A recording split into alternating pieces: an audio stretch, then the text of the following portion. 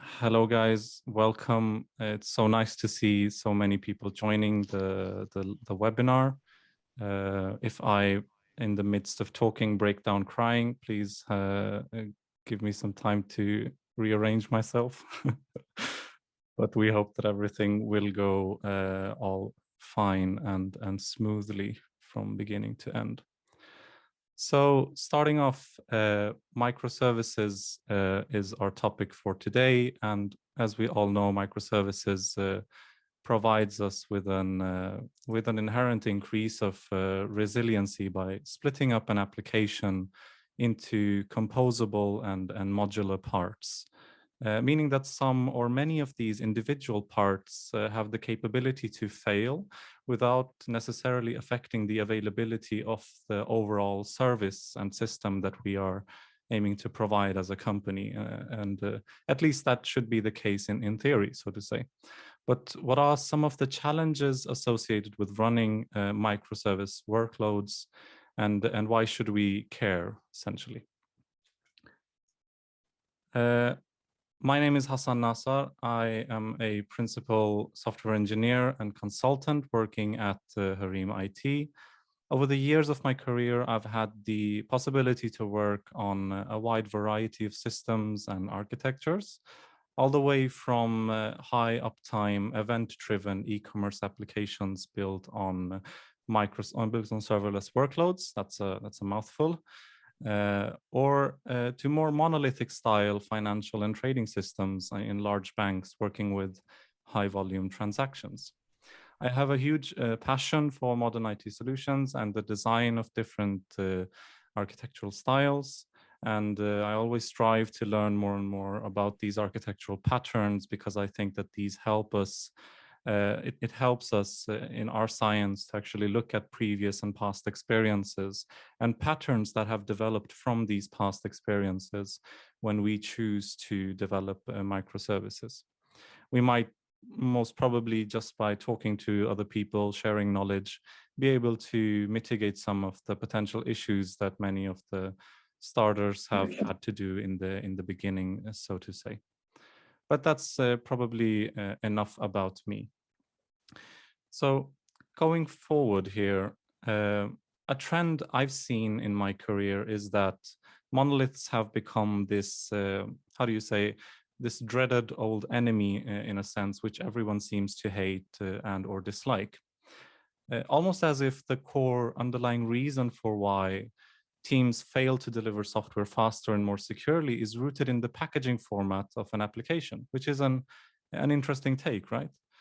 So because of this widespread dislike of monolithic style applications, organizations tend to lean towards adopting microservices, maybe by looking at some companies, in particular Netflix maybe, that have been more successful in this regard. And they do so in a naive approach without really adequate knowledge about the prerequisites and challenges of running distributed systems. So the effect is that they shoot themselves in the foot. They spread out to X number of services, which don't really have which don't really follow the patterns of microservices, and they end up with a giant distributed monolith in a sense, which needs joined and cross-team release trains to be able to spread out, to be able to release out software, and even more so work when they need to roll back some scenario due to a potential bug or incident. So all we've done is just essentially made our lives harder than it already was working with a monolith in this case.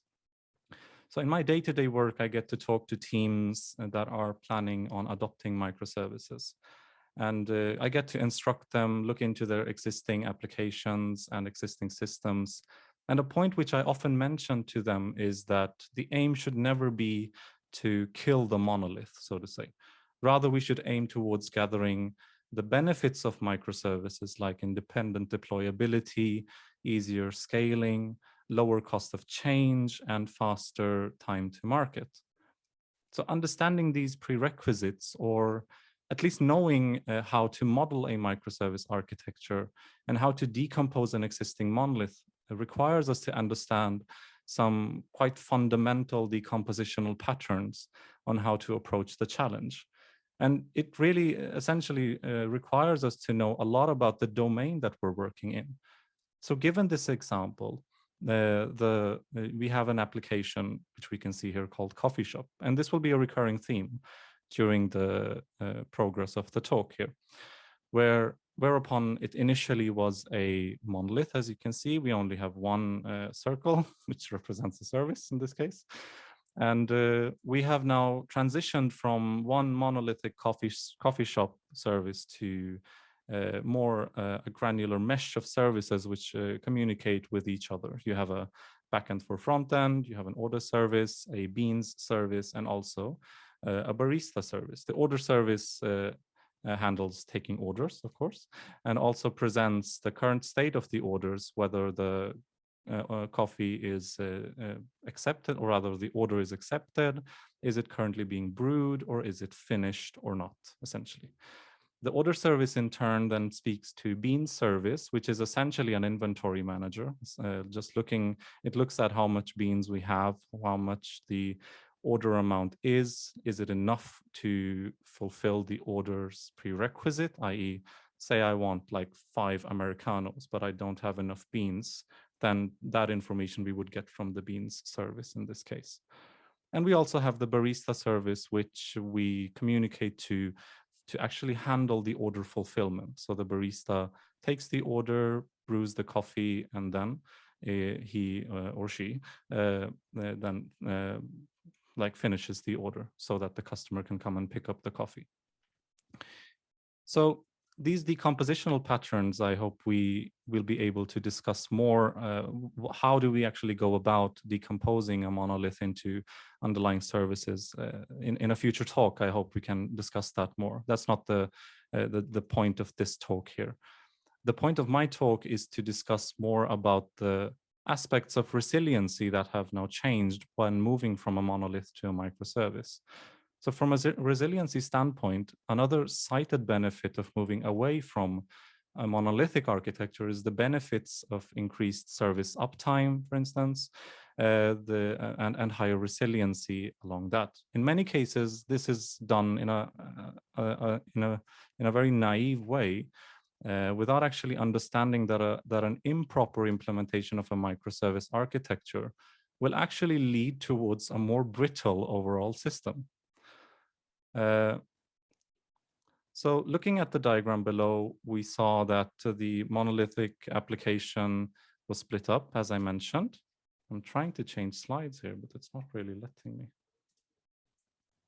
There you go. So as you can see here, we have our microservice, which now has a lot more red arrows, as you can potentially notice here. And all of these arrows or edges between the nodes are essentially potential points of failures. And like all of these different edges can essentially be a network failure. It can be a service downtime, unexpected behavior, or maybe service contract breaches between service to service. So say that order service is the service that you and your cross-cutting team manages, and you are consuming data from Beans service. But Beans service very unexpectedly changes their contract, and you don't have any contract testing in place, for instance. That would be a contract breach. And in many cases, if you don't have adequate testing, then you will see and notice this error in the worst place possible, which is in production, of course, right? So the more and more services you expand out to, failure essentially becomes a statistical certainty, right? It's no longer a matter of if it will happen, it's rather when will something go wrong. But don't get me wrong here, I'm not here to stomp down on microservices, otherwise the name of this talk would have been something far different, right? On the contrary, my proposition is that microservices that are implemented with proper resiliency patterns can actually give us the benefits of a higher overall service uptime. In this example, we could have maybe the Beans service failing. And the bean service maybe provides the front end with information about what coffees or what types of coffees are available for purchase. But we will still be able to take orders if we handle this failure gracefully, right? So the order service still works, whilst in a monolithic application, it's an on-off switch, right? So if the service is down, then everything is down. Nothing works, essentially. Your company is stagnant. You're not earning any money at all for the business. So if we have proper handling and graceful failure and degradation of features when services or some parts of our services fail, then we can at least keep the rest of the application alive and therefore increase the overall service uptime. Now, what I want to do is to take a step back and let's discuss a bit about why it's even important to consider resiliency in an application and why, like we are all developers here, why it's becoming more and more important for us to have resiliency as part of our day-to-day development work. So I'm going to have to change slide here again. There you go. So why consider service resiliency? So the thing is that as software becomes increasingly an increasingly vital part of our users' lives, we need to continually improve the quality of service that we are offering, right? Initially, maybe you release a software, it's not really that, it's quite stagnant, you don't have many users. The more and more users you rack up, the more the user itself makes it a daily habit of his life to actually use it. Maybe maybe it becomes a very essential part of his life, which we will discuss an example of in very, very soon. But software failing can now have a very significant impact on people's life. Even if software per se doesn't fall into the category of something which is safety critical, like say an aircraft control system, even so, we know that software is everywhere, right?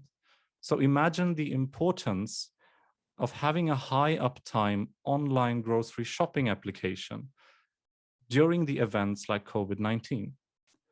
So during the events like COVID-19, online grocery shopping went from being a mere convenience to people to becoming an absolute necessity for people who are unable to leave their homes, right? So now service downtime in this regard would have been a crucial aspect, which we would need to model our service domain for, right? We would need to make sure that that never happens. Now, on the flip side, imagine a state-of-the-art car like Tesla, other cars are available, which utilizes entire microservice workloads to handle the communication of internal control systems like brakes or charging, etc. What would happen if suddenly the software responsible for managing the braking system failed without adequate failure management? Or if our heavily relied upon method of providing groceries went under the radar? The consequences would have been dire, right? And the least effect would have been that we had endangered human lives. So against this backdrop, which we just discussed, we are often, as developers, tasked with creating software that is more and more reliable. The expectations of our users actually shift from what features we provide to how available our service is. So the days of our only having to support software during office hours are increasingly rare, and the tolerance for downtime is increasingly hard to find. I'm sure anyone who's working in an e-commerce platform will relate to this, that how many times don't we have to stay up late making sure that our service is available, specifically on like Black Friday or holidays. We essentially have people allotted time slots to make sure that they will cover up in the event of something going wrong. And that's the world we live in now. Now, our software isn't just a mere convenience anymore. It's something which is a business critical system, right? So we need to make sure that it stays alive. So therefore, to sum it all up, resiliency is something which should be at every part of the organizational chain. not only inside of the code that we developers write. And we will talk more about this very soon. But from a software developer perspective, this can mean that we need to incorporate certain resiliency patterns, like the one seen in this picture here, like a bulkhead or timeout or circuit breakers or retries in between our services to make sure that we have that we manage these potential failing edges of our nodes. And something which is not mentioned here, but which is taken intuitively from a circuit breaker perspective is fallbacks, and to actually degrade features gracefully and failing fast. We will discuss all of this going forward as well here. I'm just going to have something to drink.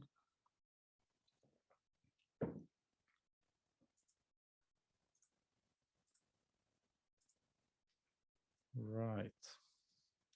So, okay, we have discussed about resiliency a lot, right? So let's now go into the definition part of this. So as I mentioned, we've discussed resiliency a lot, and we've discussed the importance of this seemingly like undefined construct, right? So what do we actually mean when we say resiliency, and what does it really entail? So David D. Woods, a man who works a lot with resiliency engineering, actually looked at different fields and like in firefighting or air traffic control systems or biological systems, and came up with 4 concepts essentially, which underpin the banner of resiliency engineering. So if we take a look at these, we have robustness, we have rebound, graceful extensibility, and sustained adaptability. These are the 4 underpinned like the core principles essentially of a resilient system.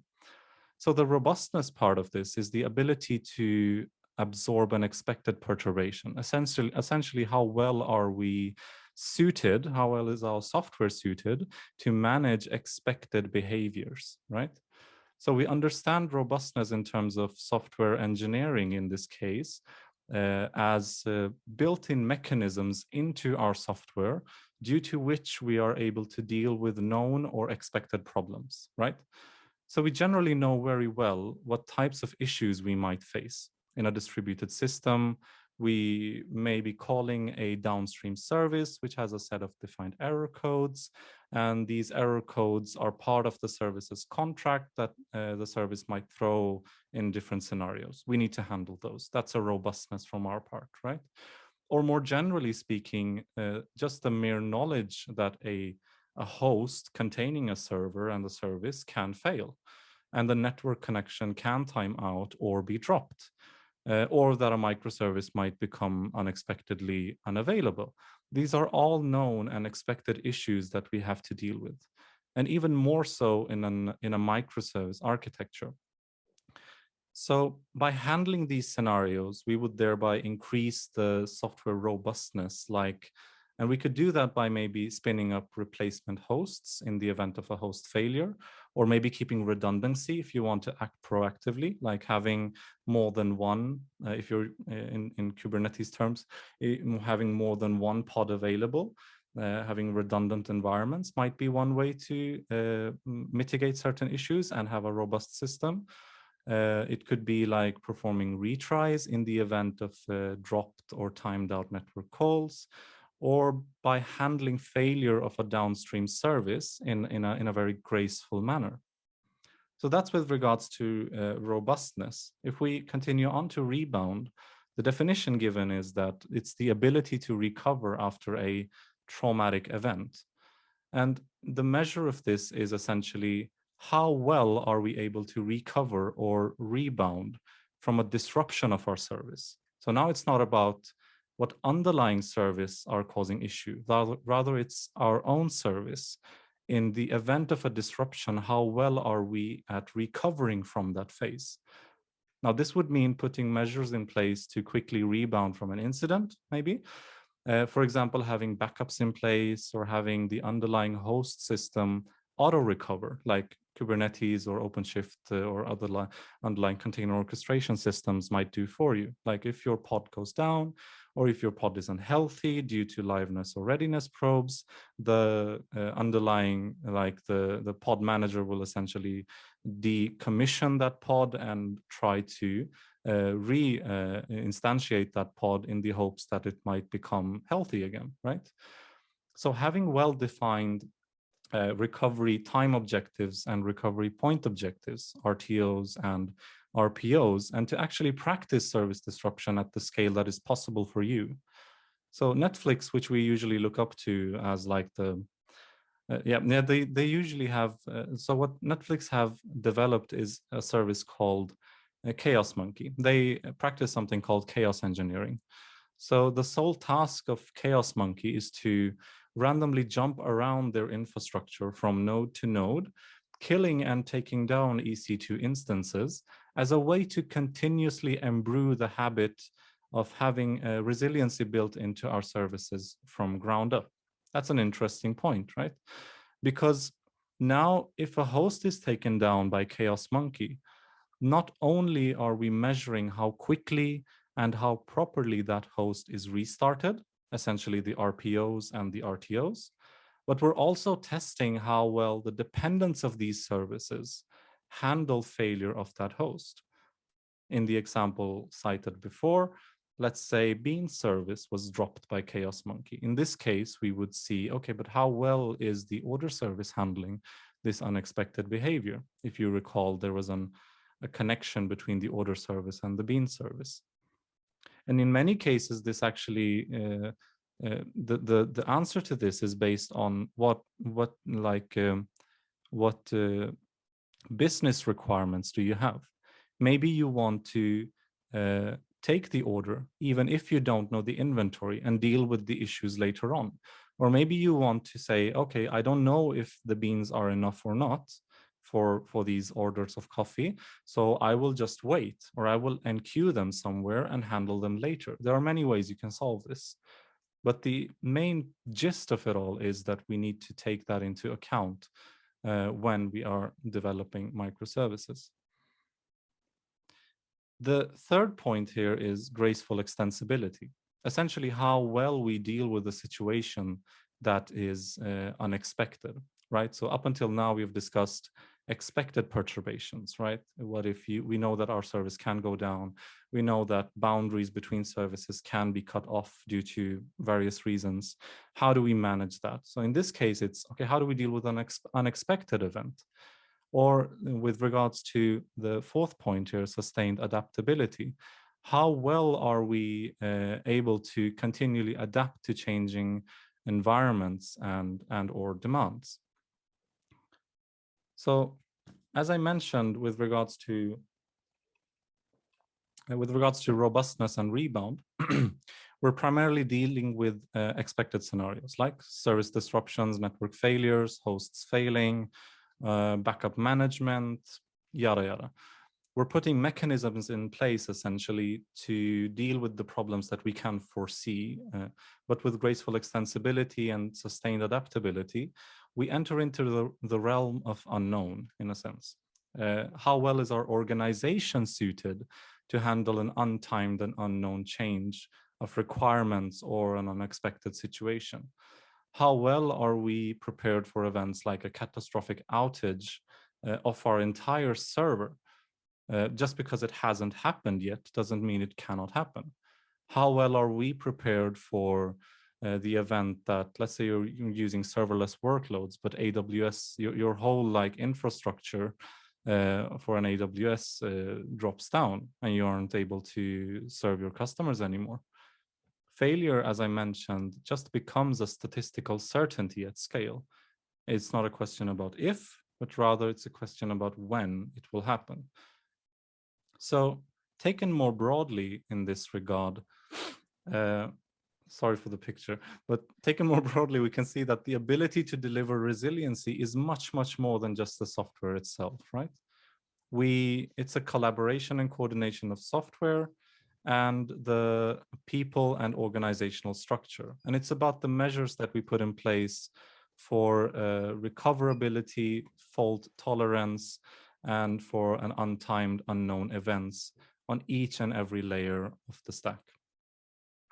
So with that said, as we are here to discuss resiliency in terms of our software and our subject will more and more revolve around robustness and rebound in this regards, rather than the organizational aspects going forward. But just to highlight the main foundation here is that we need to make sure that even the business is considering resiliency in the most adequate possible form. During the course of this talk, we will walk through the evolution of a fictive coffee shop application. And along the way, hopefully gain an understanding of the resiliency patterns that we will be implementing in this small distributed system. Rather, we will see that resiliency shouldn't be a secondary thought when developing our microservices. Rather, it should be at the forefront and very early stages of our development, because things can start going wrong even with just a small amount of services that you are communicating with. So let's look at an example. Let's say we are in the business of selling coffee, right? We have this super high-tech ordering system, which makes us stand out from competitors like Starbucks or Espresso House if you're in Sweden. We allow customers to order their coffee via these systems and without having to essentially stand in line. They can just go into a monitor, type in what they want, and the order will get sent into the barista to start brewing. When the coffee is prepared by the barista, he can come and pick it up from the counter. How would we go about modeling this? So let's look at the architecture once more. So as you can see at the architecture here, we can see that we have a front-facing application, which is the face of our coffee shop, essentially. The front end, in this case, communicates with a backend for front end, which is tailored towards providing structured data to fit the need of our user-facing views, okay? Whilst the BFF also has the responsibility of aggregating data from its downstream services, like order and beans service, the arrows you can see down towards the orders and beans service. Now, the green boxes to the left and right represent the capabilities that are provided by the customers, to the customers. And I've placed these boxes closer to the services that are primarily responsible for providing these services, so that when we discuss certain examples of services going down, we can see what features are affected for the customers that are using the front-end application. But just to reiterate, the green boxes are the features, right? What is shown to the customer, and they are placed deliberately closer to the underlying backend service, even though it's the front end that shows them. Now, this initial design is built in a very naive way, right? Let's consider that. We have REST clients that are defined to handle the interactions between the services, the arrows, but we have not really made sure to build this as a failure-tolerant system. We are naively just calling and firing away, hoping that the services will never be down, in a sense. And we're not making use of any retries or circuit breakers, bulkheads, fallbacks, anything in that case, which essentially makes this service very brittle in the event of a service downtime. So let's quickly have a look at the source code. We'll just have the source code isn't the important part in this talk. Rather, it's the concepts which we are discussing. Everyone is probably sitting on a certain framework that we're working on. So keeping that in mind, we will just skim through the code very, very quickly. So give me a moment. Let's see here. Can you see my screen? Please let me know if this is visible or not, or if I should increase the font size. It's visible for me. Wonderful. Right. So let's jump into case studies. And all of this source code will be available as well on our company GitHub. You can go in and check this and scrutinize it as much as possible. I've just quickly hacked this together, so please don't take too big of a look at it. But as you can see here, we have 3 terminals ongoing. I have another tab here where we have 4 essential services that are running. One is the order service, or the backend for front end. We have the order service, we have the beans service, and we have the barista service. So essentially the 3 boxes that were displayed in the beginning here. Hopefully you can see that now. So going back here, I don't have a front-end application because I didn't have time. But what I did instead was that I simulated a front end by essentially creating some CLI scripts. So here you can see we have the first CLI, which is showing how many orders are pending, how many are processing, and how many are completed. And this is shown by querying the order service for information. We can see how many, we are querying the beans service as well. And as you can see, we have 10 to the power of 7 grams in stock. That's roughly 10,000, no, that's 10 tons of coffee beans. So we're ready to sell like hell here. So now let's see. And we also have a separate terminal here through which I will do some querying to place orders. So here you can see I'm posting in an order, essentially. Customer name is Hassan, and I'm wanting to buy an espresso of quantity 1. So when I push this order away, you can see that I got a UUID, a unique identifier. The beans service was decremented, 8 grams of beans was used, and we have 1 order that is completed. So that's pretty easy enough, not too much fancy going on. And you can see probably that this went into completed directly. That's because our service is able to handle it as soon as possible. But what if we try and push a lot of traffic to this? So let's say we're selling 500 coffees in a second, so scaling to unreasonably high amounts. You can see that the bean service is struggling a bit, but it's managing, right? But the order service suddenly dropped dead, right?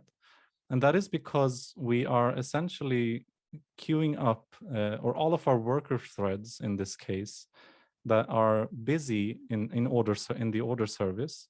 They're busy handling the requests of this specific, like all of the orders that are coming in.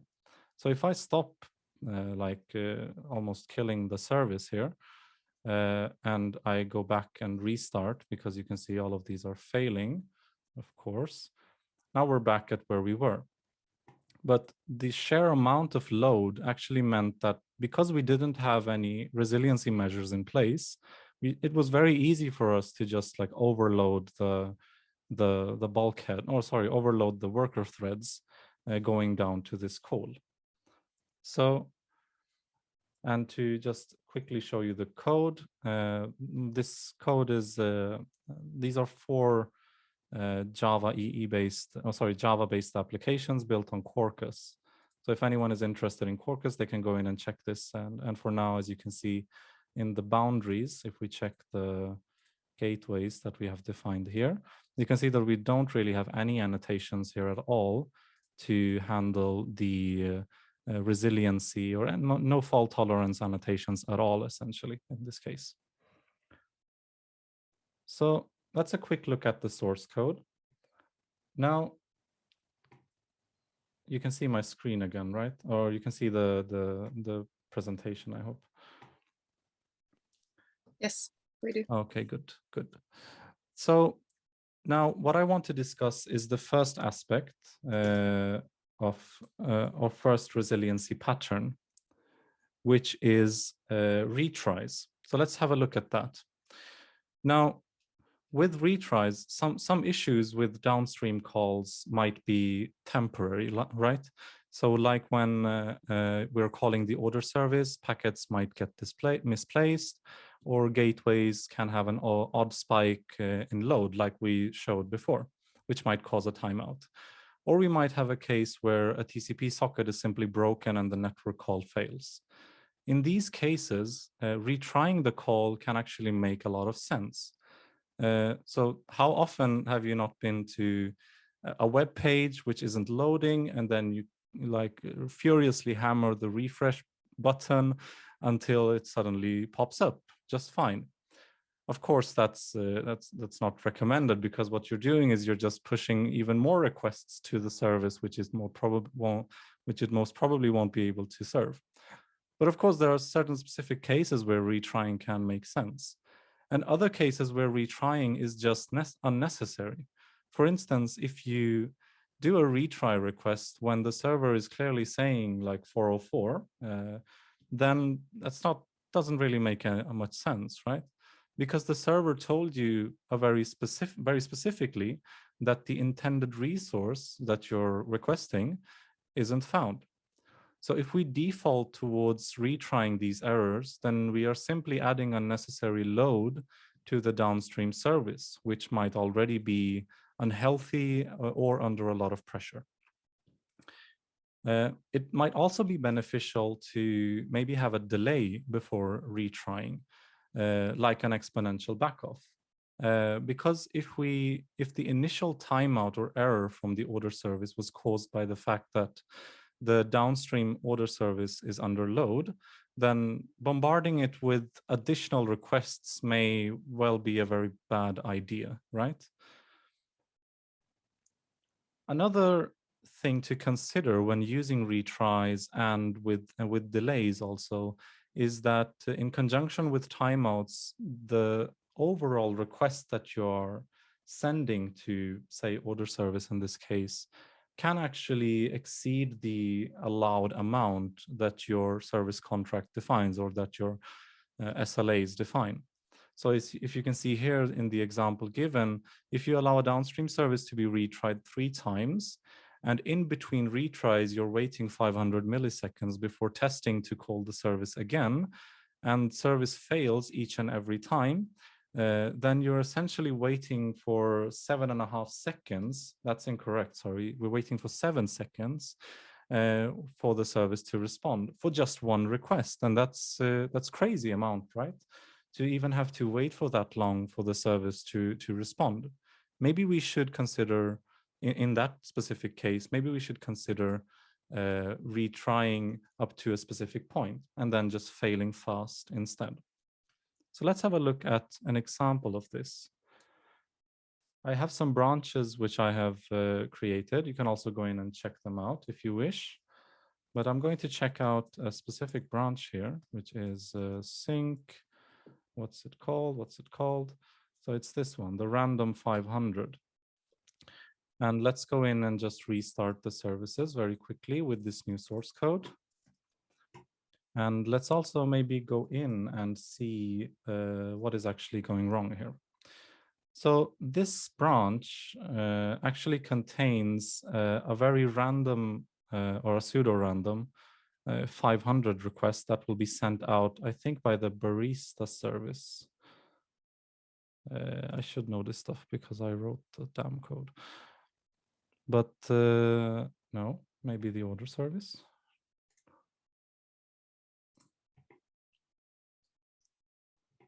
Let's search instead, random.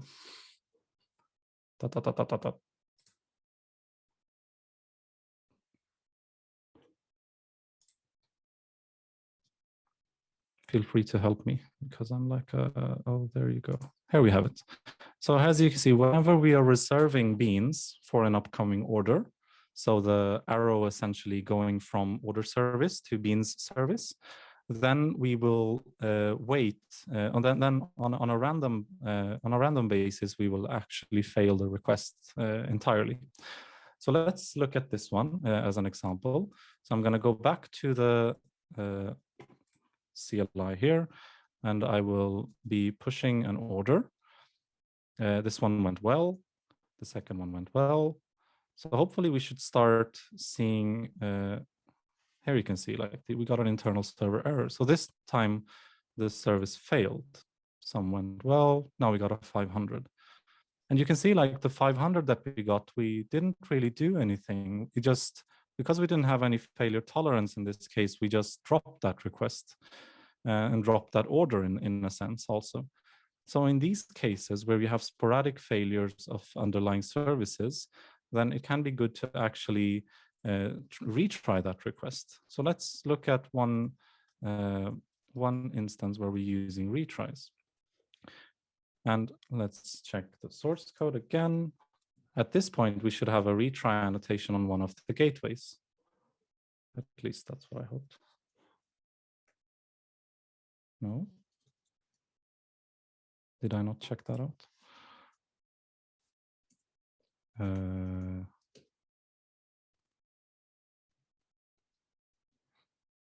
Okay, never mind. Let's, I don't even have the,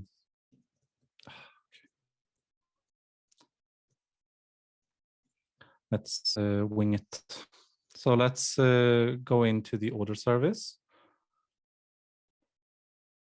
which is here. We have the gateway. There we have the gateway.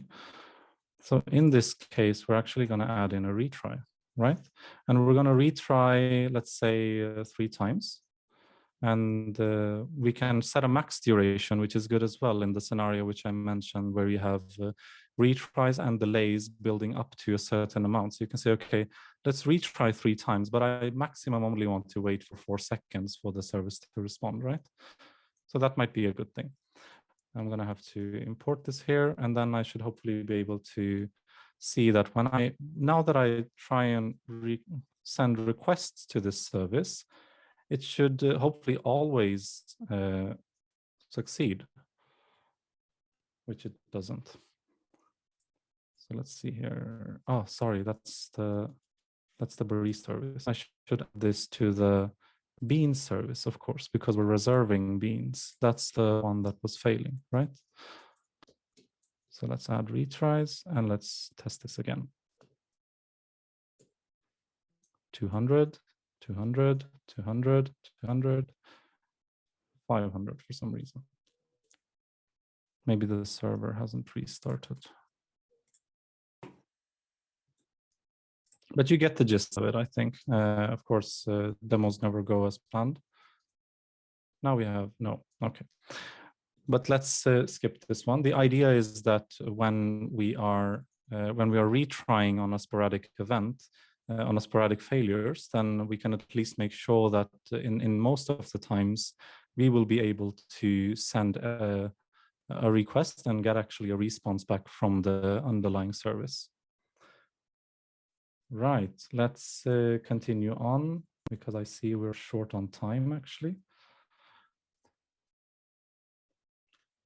Let's go to the next resiliency pattern, which is using circuit breakers.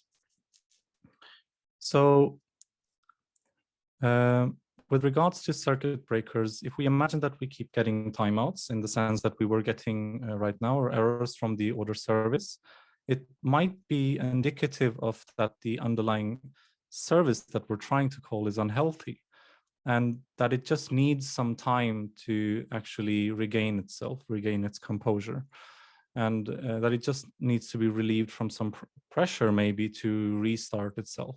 So circuit breakers are used as a mechanism to seal bulkheads, not only to protect the consumer from downstream services, but also to potentially protect the downstream service from more calls that might have an adverse effect on the adverse impact on the order service. An easier way to conceptualize a circuit breaker is to look at the electrical breakers, which we can find in our home. When a surge of electricity occurs, these breakers are then are opened to stop the flow of electricity to that specific appliance, hence saving it from shorting the circuit of the appliance. So similarly, when our order service continuously fails, we open the breaker to make sure that no further calls are sent to this specific service. This also means that we will now be failing very fast, right? And we will not be waiting for a faulty service to respond. This concept of failing fast also leads us to a new stability pattern called degrading functionality, which I mentioned before. So just quickly looking at degrading functionality, when you have, as in our case, in our example application, when you have functionality that is spread across multiple services, like in our demo architecture, then essentially part of building resilient system is the ability to safely degrade functionality. Like our coffee shop might display available coffee selections based on how many beans and types of beans that are available. If we now have a scenario where a circuit breaker is blown due to our bean service being unhealthy, because we will have a graceful fallback in our API, we will be able to handle that in our front end. We will be able to degrade that functionality of seeing coffee variations and coffee selections, but we will still maybe be able to show all placed orders and their status. So this is an essential stability pattern which allows us to increase the overall service availability by switching off certain parts of our services based on their health. So I will not demo this one. Circuit breaker is, as I mentioned, it is essentially just the process of switching off a service when we see that it's failing continuously. So in this example, which I demoed you for Retries, we could in our circuit breaker say, okay, if this service fails 5 times out of 10 in a given span, then just discontinue any additional calls to that service and just fail fast. And then we can use fallbacks, which is like, okay, we can say when that service is unavailable, we will send a specific error message to the front end. And the front end will, in this case, be able to say, oh, sorry, beans, like coffee variations aren't available. Please check back later. So that's still a lot more user experience-y in my respect than what it would be to actually show an error message with a weird reason why the service is failing. And the reason for why services fail can be many, right? So having one view essentially that you fall back to is an important part, especially when you're failing fast. So we'll continue on here because short on time, as I mentioned. We're in the end game now. And this is one of the more important stability patterns in my opinion. So let's finish up by discussing a very crucial set of final stability patterns. Consider the scenario where barista service, our service that is responsible for handling the fulfilling of these orders. And it's also a service that is 2 levels steep. If you see where the BFF is calling order service and then barista service, right? It's 2 levels steep. If that is behaving incorrectly and sporadic responses are taking over 30 seconds to respond, so we have a very, very slow barista service. Now, given that we have enough load on our backend for frontend, just one slow barista service, i.e. one service of our whole mesh of our architecture, can be enough to render our whole coffee shop virtually unusable. So what you're seeing is correct. All of the yellow parts are the affected services. We are not even able to fetch information from the beans or inventory services in this regard, because the load of the load is high. As you can see, the thread pool is exhausted, and the thread pool is waiting on the barista service to respond, which is in some cases taking more than 30 seconds to respond. So we're essentially, all of the threads for BFF is waiting for the barista service to respond. And the effect of that is that when a customer only wants to come in and browse our coffee selections, he won't even be able to do that because the service is under so much pressure and waiting on slow requests that our whole application, in a sense, is rendered unusable. No orders can be placed and no inventory information can be fetched either. So a bulkhead in this case is a way to isolate ourselves, from these cascading failures. So what was essentially happening is that the barista service had a failure. and the order service was affected by it, and the BFF service was affected by it. So we had a case of a cascading failure occurring, where from service to service, an application is failing and with no proper handling. Now, what is a bulkhead? We discussed bulkheads. So a bulkhead in a ship in shipping is actually a part of the ship that can be sealed off to protect the rest of the ship. So if the ship springs a leak, you can close those specific bulkhead doors. What you will do is you will lose a part of that ship, of course, but the rest of the ship will survive and function as per usual. So in our case, we would consider adding bulkheads maybe to our BFF service, where we would separate out calls towards inventory service and order service into their own thread pools, thus allowing one thread pool to get exhausted and overflown without affecting the entire system, and therefore protecting us from failures that can cascade from service to service. As can be seen in the diagram, we will still have quite a heavy load on the order service, as you can see on the thread pool zoom in on the order service. But we're still able to serve our requests toward inventory service without any specific hiccups. Yet again, an example of degrading functionality is seen here for the sake of saving our overall system. So what we're doing here is we're saying, okay, you can't place any orders. We're full up, right? Okay. And we can't show you any information about the already placed orders, but customers can still come and browse, which is a very big part of any e-commerce application, like the dwell time and how people that come in and just browse selections maybe for future purchases. It might be a very big part of our business, right? And whilst the inventory, whilst the order service sorry, what I want to say is that the order service we can see here is still getting quite heavy load, which again begs the question, why are we calling it so much when it's unhealthy? Maybe we should just wait on the service to regain its composure and just wait up until this point. And this is where we start putting everything together, essentially.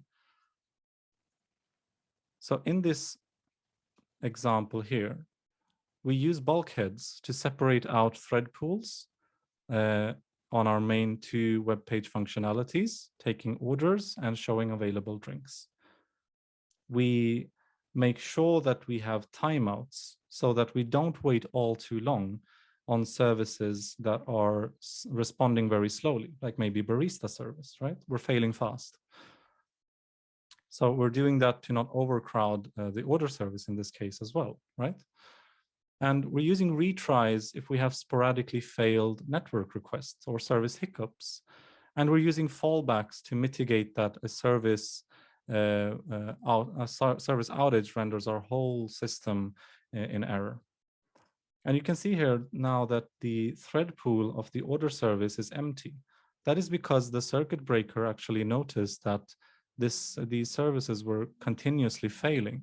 So what it did was it actually switched off any requests going to order service, and order service maybe did the same thing for the second level deep service, barista service. So lastly, we ended up with an architecture which functioned as best as is possible given the circumstances, whilst allowing at least certain features to outlive others, degrading functionality of our overall system based on the health of our downstream services.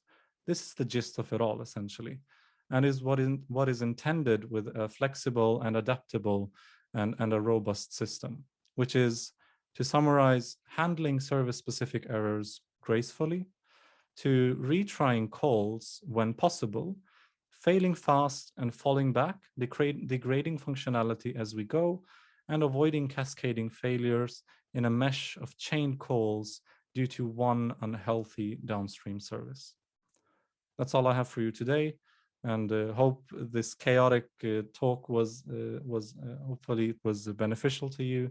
There was a lot to go through, of course. I had demos as well, which I had to skip, unfortunately, but I hope the information and the theory aspects at least came out good. Thank you so much, Hassan, for this exciting talk.